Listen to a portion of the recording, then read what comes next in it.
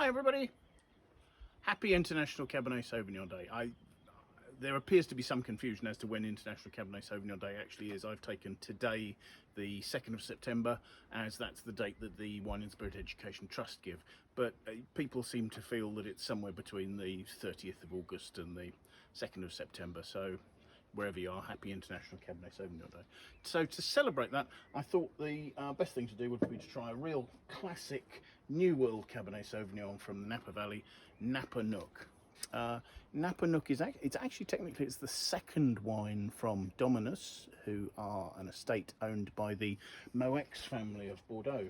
Christian Moueix established this with American partners back in 1982 and bought them out in 1995. So they've got quite a long track record there. And this is a vineyard that was planted originally in Yountville, the AVA in the lower part of the Napa Valley, on a valley floor AVA, and that was first planted in 1838 by George Yount, who Yountville is named after.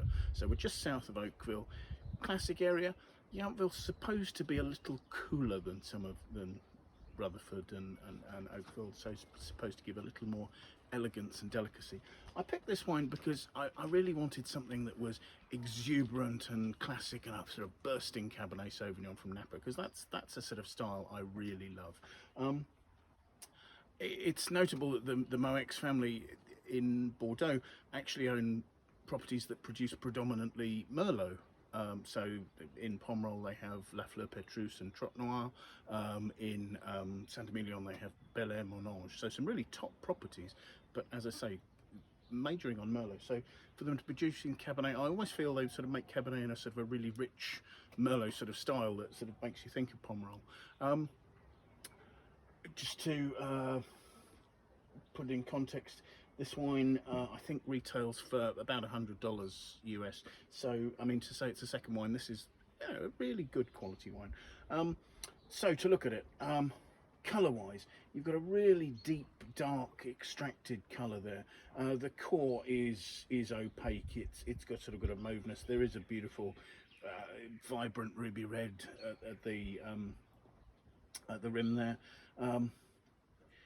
If you look at the wine, I've already said the label says it's 15% alcohol, and you can see it hangs in the glass there, and if you give it long enough, it produces these sort of large legs. That's showing you the extract, it's showing you the alcohol.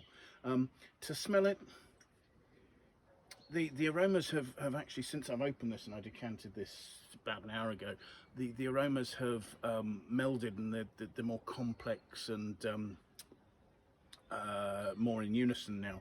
But initially what stood out was a really vibrant black currant note, and I don't mean sort of weedy cassis as you'd get with something from Pauillac or from Margaux or something like that. It's a really concentrated juicy black currant, and I suppose also black cherry sort of type fruit, very ripe black cherry, and over the top of that you've got that sort of really concentrated licoricey note.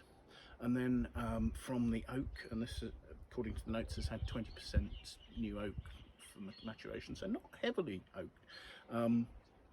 The oak has added notes of sort of pencil shavings, cedar, and you've got quite a sort of graphite note. Perhaps there are also just sort of hints of cocoa in there, maybe a slight earthiness.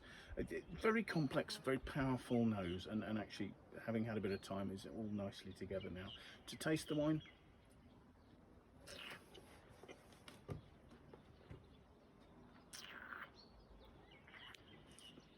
that's a big, rich wine. You've got a weighty, velvety set of tannins there, but they're not closing the wine up because it's got a lovely ripeness. And at first you get that real concentration. It's sort of licorice, there's graphite, there's a bit of toasty oak coming through, and then at the edges the sort of the black cherry, slight black olive note,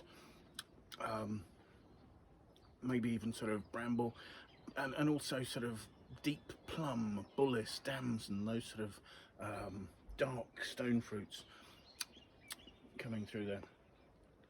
The finish, like I say, it has quite high alcohol, but there's enough freshness and enough fruit concentration that doesn't seem like a burn. It actually gives good length to the flavour.